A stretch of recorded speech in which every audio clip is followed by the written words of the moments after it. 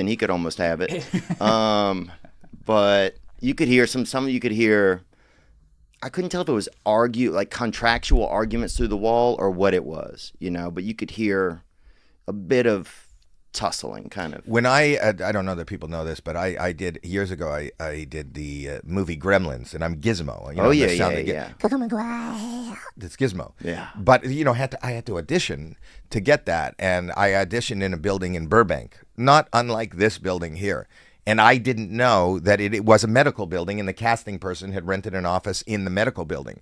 So I was going for the audition for Gremlins, and it wasn't just me to play Gizmos, all that. But as I went up the stairs, all I heard is a woman's voice going, "Oh, ow, ow, ow!" That's all I heard, and I thought, "Oh, she's gonna get the part." And then it was right next to an OBGYN, some gynecologist, and she was having a procedure. I assume she was having a procedure. Yeah. Maybe she wasn't. Maybe she's just a complainer sitting in the waiting room. Yeah. Yelling, "Ow." Yeah. But, and then I got the part. I went into the wrong office. I went into the gynecology. No, I did. But then they said, no, next door, because I was the only guy. I went, I can beat that. She's going, "Ow!" And I'm going, "Ow!" Did you practice that voice before you went, or did you kind of just go on the fly? No, I didn't practice. That's the only voice I do. People, I think we talked about that before. Mm-hmm. It was part of my act. I was 11 years old, and I was at a birthday party, and I was choking on a piece of cake. Mm-hmm. And when it goes halfway down your throat, and then you can't dislodge it. I think there was something in when something's halfway there.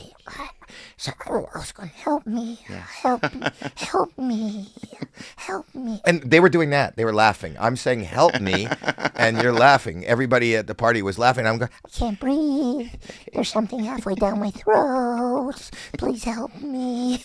And they were laughing. Now, that sounds like what I heard through the wall with the pornography group, actually, that exact quote. Really?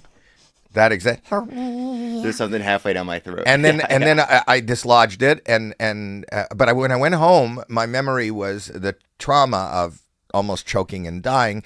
But more importantly, what stood over that was everybody at the party was looking at me and laughing at me, and I thought, oh my God, if I could just bring myself this close to death each and every night, I could be an entertainer. I could be in show business.